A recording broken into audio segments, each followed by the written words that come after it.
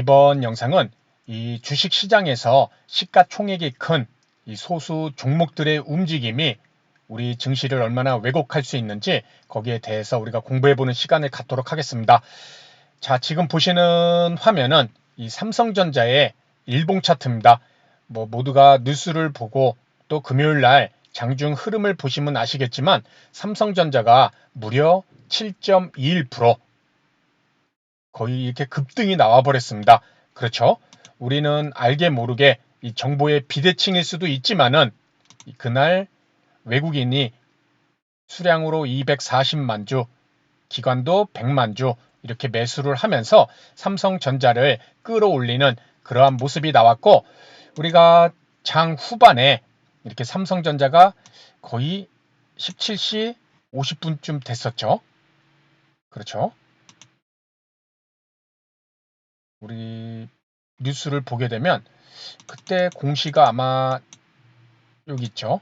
17시 50분쯤에 이렇게 삼성전자 10조의 자사주 매입을 하겠다.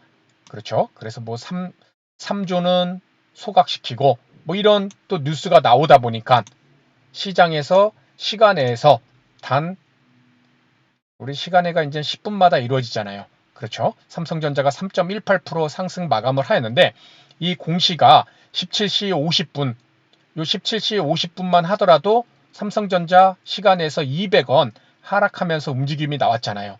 그렇죠? 그런데 공시와 함께 31만 주 금액으로는 한 160억 정도 되나요? 20억, 1000만, 10만, 100만, 1000만. 그렇죠? 한 160억 정도가 단 18시 마지막 동시호가 때 들어오면서 3.18%로 오히려 하락하던 시간의 매매를 끌어올리면서 마감을 하였습니다. 그렇죠. 자, 우리가 금요일 날 이 삼성전자가 무려 7.21% 이렇게 상승이 나왔는데 우리 코스피 지수는 어땠죠? 코스피 지수는 오히려 약 보합 0.08% 약 하락 마감을 하였습니다. 거의 보합이죠. 삼성전자가 7%나 올랐는데 코스피는 0.08% 하락했다. 이 얘기는 뭐냐면은 삼성전자가 이렇게 크게 오르더라도 나머지 종목들은 보합이거나 또는 큰 폭의 하락이 나온 종목들이 상당히 코스피에서는 많았다라는 것이죠. 그렇죠? 그래서 삼성전자가 7.21%가 상승하더라도 코스피는 오히려 상승하지 못하는 모습이 나왔다라는 것입니다. 자, 이 얘기가 중요한 게 뭐냐면은 우리가 코스피 시장에서 이 삼성전자가 차지하는 비중을 우리가 매우 유심히 체크를 해볼 필요가 있는 것이 뭐냐면은 지금 코스피를 100%로 봤을 때 삼성전자가 시가총액 비중이 어제죠. 금요일 기준으로 14.84%입니다. 그리고 2위 SK하이닉스까지 포함하면은 SK하이닉스는 6.03%죠. 그렇죠? 야, 코스피에서 삼성전자와 SK하이닉스 두 종목만 시가총액 비중을 봐도 20%가 넘어갑니다. 20.87%, 거의 21%죠. 이 얘기는 또 다르게 표현하면 뭐냐면 코스피 시장에서 이 두 종목, 특히 삼성전자가 거의 14.84, 15%이기 때문에 이 두 종목만 상승 흐름이 나오더라도 코스피 주가지수라는 것은 움직임을 만들어낼 수 있다라는 것이죠. 두 종목이 20%가 넘어가니까. 특히 삼성전자가 이렇게 막 7%씩 올랐을 때는 코스피 주가지수를 움직임을 나타낼 수 있다.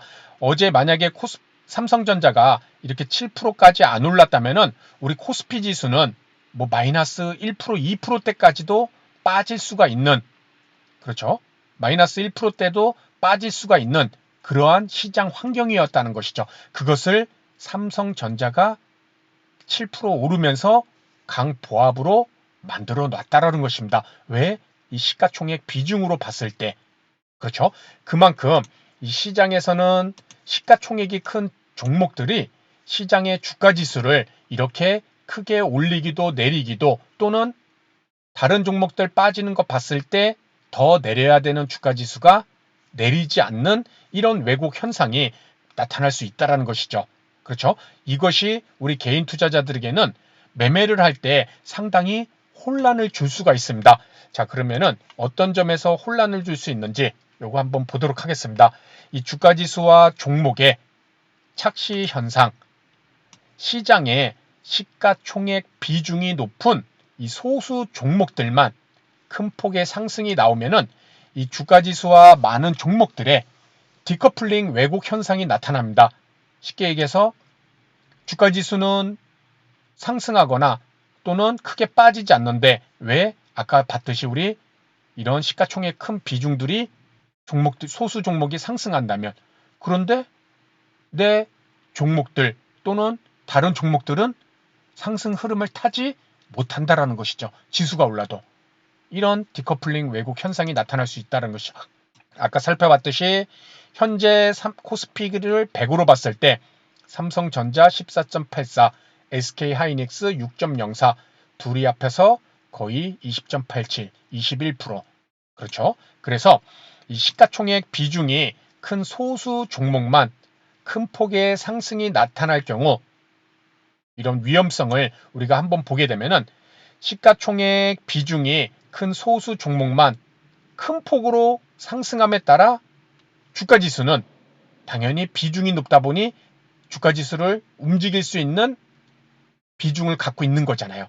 그래서 시가총액이 큰 소수 종목만 큰 폭의 상승이 나와도 주가지수는 상승할 수는 있다. 반대로 시장이 다른 종목들로 인해서 하락이 크게 나와야 되는데 이 소수 종목들이 상승함으로 따라 하락폭을 제한하게 된다. 어제와 같은 경우가 그런 경우죠. 삼성전자가 7% 올라도 코스피 지수가 0.08%밖에 하락하지 않았다는 것은 나머지 다른 종목들은 상당히 좋지 못한 그러한 모습이 나왔다라는 것입니다. 그렇죠? 그래서 개인 투자자들은 주가지수와 내 종목 간의 이런 불일치 현상, 방금 말씀드린 주가지수가 올라도 내 종이 아니라 내 종목은 하락하는 것을 우리가 보게 된다는 것이죠. 그렇죠? 시가총액 큰 비중 소수 종목이 시장을 상승을 시키니까. 그래서 주가지수가 오르고 있으니 손실이 나도 금방 반등하겠지. 하지만 주가지수가 오르는 것은 전체적으로 종목들이 오르는 것이 아니라 삼성전자나 SK하이닉스 아까와 같이 이런 비중 높은 종목들이 지수를 끌어올리고 있기 때문에 손실이 나도 금방 반등하겠지란 이런 생각에 대응하지 않고 버티다가 큰 폭의 손실을 입을 수 있다는 것입니다. 그렇죠? 지수가 버텨주니까 내 종목 손실 나도 금방 오르겠지. 지수가 버텨주니까. 그렇죠? 또는 주가지수가 상승하니까 무리한 매수 유혹에 넘어갈 수 있다. 속으로 보게 되면은 삼성전자, SK하이닉스 이런 소수 종목이 소수 종목만이 지수 상승을 이끌고 있는데 그러면서 지수가 오르는 것인데도 불구하고 야, 지수 오르니까는 다른 종목 막 들어가도 함께 상승하겠다. 이런 유혹에 넘어갈 수 있다는 것입니다. 그렇죠? 그래서 이 주식시장에 믿을 수 있는 이런 상승 추세로의 돌입은 시가총액이 큰 소수 종목만의 상승이 아니라 여러 업종, 섹터의 종목들이 골고루 상승이 나타날 때 이럴 때 우리는 주가지수가 상승 추세로 돌입한 것으로 볼 수가 있을 것입니다. 지금과 같이 월요일 날에도 삼성전자가 큰 폭의 우리 시간에서 아까 봤듯이 몇 프로 올랐었죠? 그 자사주 매입 10조로 3%가 올랐잖아요. 시간에서. 그럼 시초가에서도 분명히 상승 출발을 할 것입니다.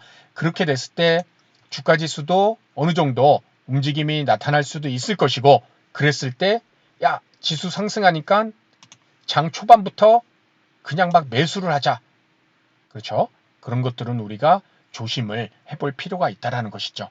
그렇죠? 이것은 비단 코스피만의 왜곡 현상은 아니죠. 코스닥에서도 제약 바이오주들, 알테오젠 이런 종목들 막 15%, 20% 오르고 제약주들을 소수 시가총액이 큰 종목들만 막 강세가 나오면 코스닥 지수는 안 빠질 수도 있을 것입니다. 그렇죠?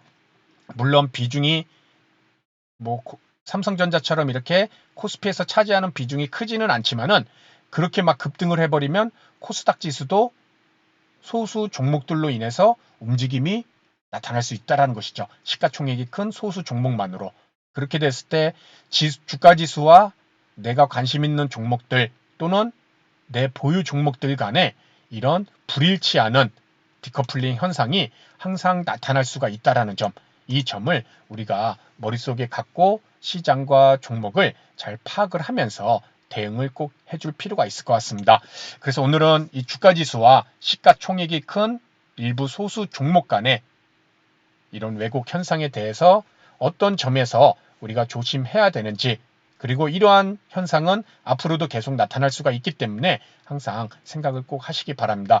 그래서 오늘 내용은 여기서 마치도록 하고요. 다음 시간에 더 좋은 내용으로 인사를 드리도록 하겠습니다. 감사합니다.